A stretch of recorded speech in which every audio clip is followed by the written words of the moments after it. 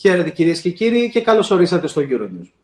Σε μια εποχή έντονων και ριζικών ανακατατάξεων στην Ευρώπη, οι κάτοικοι της γεραιάς Υπήρου αναζητούν έγκυρη και έγκαιρη ενημέρωση. Όμως την ίδια ώρα και τα ευρωπαϊκά μέσα ενημέρωσης περνούν τις δικές τους ανακατατάξεις. Για να συζητήσουμε αυτή την εξέλιξη, έχουμε μαζί μας τον κύριο Ανδρέα Μικόνη, καθηγητή μέσων ενημέρωσης στο Πανεπιστήμιο IULM του Μιλάνο, και τον κύριο Στέλιο Παπαθανασόπουλο, καθηγητή οργάνωσης και πολιτικής των μέσων μαζικής ενημέρωσης στο Πανεπιστήμιο Αθηνών. Gentlemen, welcome to Euronews. It's a pleasure to have you here. I want to start with a question regarding the current news landscape, especially since 2020, when the pandemic erupted, and now we have two wars going on.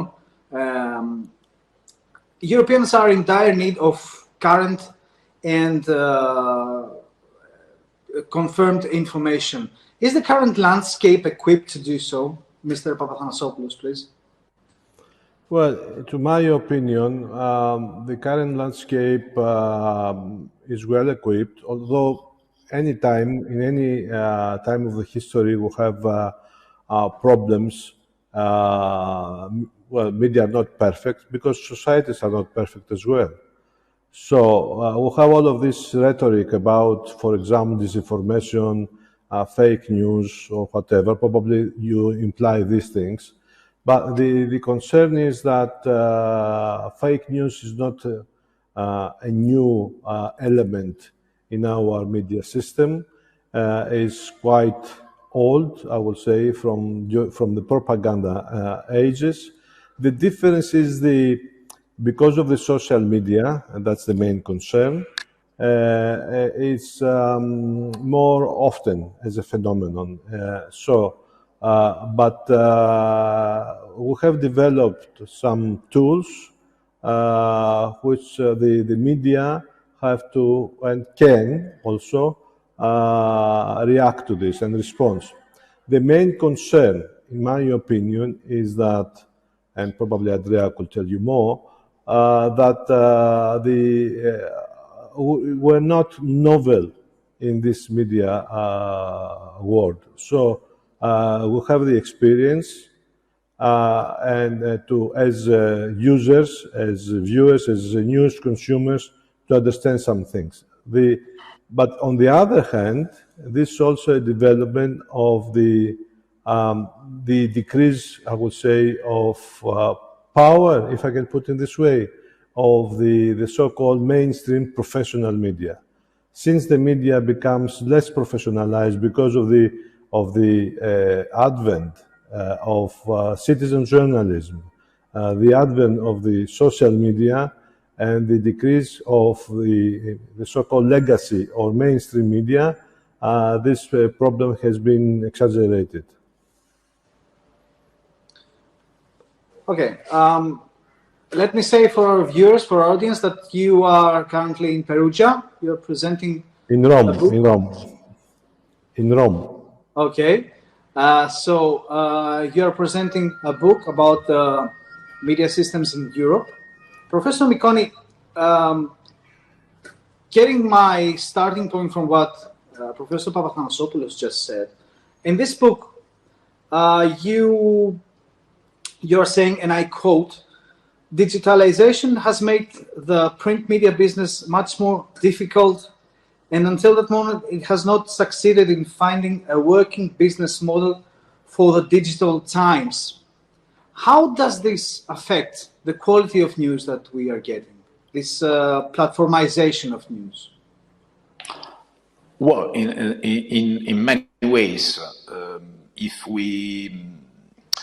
we stick to the aspect you were mentioning in the question, the big issue, the big problem is the lack of professionalism in, let's say, social media curating, news selection and presentation, which now is an issue. You are right. Obviously, there is no clear business model for the circulation of news in platforms, because we know that platforms are for free, which means that obviously you pay in some other indirect ways, but still it's not the news companies, it's not the news outlets that will get the money in the end. And therefore, what they lost in the market of paper copies, they are not recovering. They are not getting back in the online market. Decrease of quality, can be lack of professionalism, and this is a real big issue. For what we know, there are very few exceptions of markets where traditional newspapers are still very popular and strong. There is something in the Nordics, in Europe. There's something in the Far East, in Asia, but still, it's a universal process, and we do believe, I think Stelios would agree with me on that in this case, technological innovation has played a fundamental role in really disrupting the traditional business model. The problem is that there goes also the reputation of media outlets and the extent to which people trust the so-called, let's say, official news. To follow, if you allow me, what Andrea just said, is that we don't have found the business model yet. I mean, how the media should work. There are various ideas, or there are various actions that have been taken. I mean, through subscription, paywall, or whatever.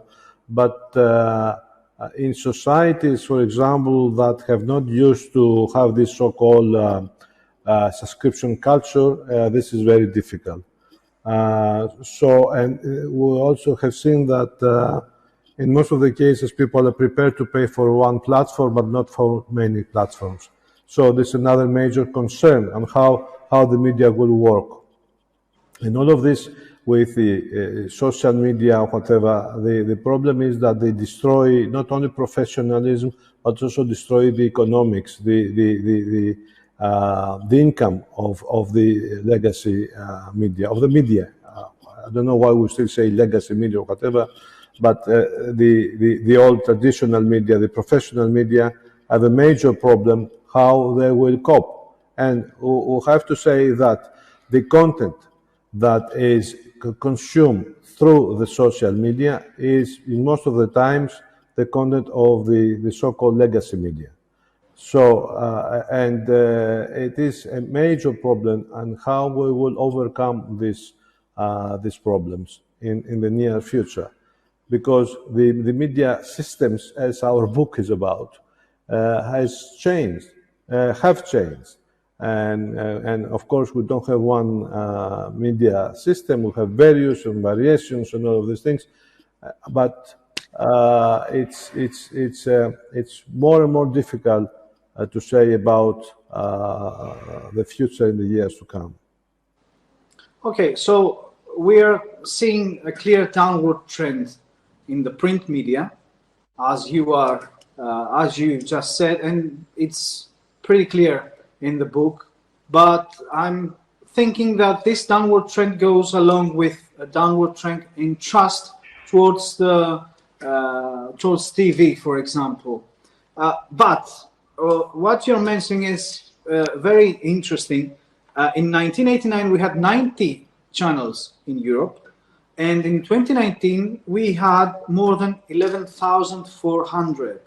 How can you explain this boom along with the distrust towards the so-called legacy media or traditional media or TV in general? And now we have more than 12,000 today. 12,000 TV channels. But most of them, 1/3 of them, by the way, more than 3,000, are subscription channels. So it's clear that the advertising cannot work any longer. This is a problem. And it's clear that we have to rely, on the other hand, on advertising, because subscription is not enough on the other hand. So we are in a very difficult situation in media economics and media business, by the way. I'm not quite sure how things will go on in the future, but what I'm sure is that in Europe, we have to support both, public broadcasters and newspapers, and all the media that perform a public service mention, if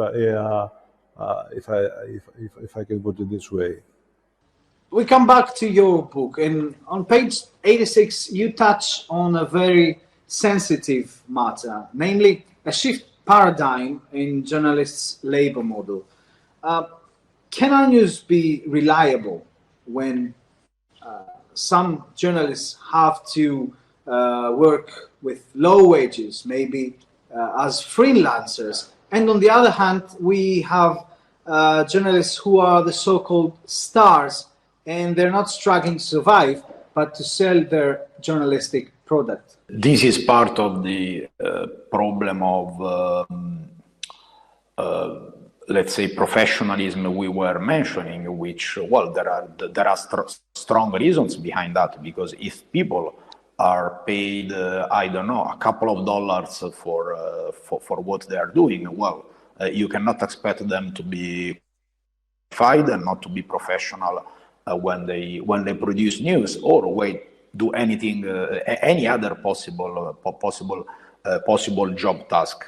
There is also something more than that, because there is also a wide use on the part of news outlets and also legacy media of contents that are uploaded by people for free, which means in that case people are not even paid, because there is someone posting a video on YouTube or you reporter, and after that, obviously, those materials are appropriated by professional media. And for what we see, there is this, and there is also an increasing distrust in the legacy media. We couldn't find any statistical correlation, honestly, between indicators of quality and indicators of distrust. But for sure, these two things go hand in hand and in parallel. And obviously, as a researcher, I can see it as a problem. As a journalist, it would become a tragic problem for you, for your colleagues, definitely. Thank you for your answer. Last but not least, can Europe establish its own news school, so to say, in order to give emphasis on European news events and break away from a model of, so to say, Americanization? So, well, what we have seen is that what we, let's say, claim is that the issue of the so-called défi américain, the American challenge, what used to be widely argued back in the 1980s, 1990s, I would say they're still strong. And this is for content. Either fiction or non-fiction content. So we say that we have to find new ways on how to support production, on how to support even TV channels which have to improve or to give a boost to the so-called Europeanization of the content of the media in Europe. For example, Euronews is a case. It's a case which needs to be supported because it aims to present news around Europe, the European news perspective, for example. And we have to do that, and to support it, like we have to support public service broadcasters, as I said before, or newspapers, for example. Why so? Because we still remain the highest consumers of fictional and non-fictional content. So Europeans were still the highest consumers of news programs. So I think we deserve to protect our cultural inheritance, our culture eventually, protecting or supporting all of these efforts that aim to do this job. Professor Andrea Miconi, Professor Stelios Papathanassopoulos, thank you so much for being with us today. Thank you very much.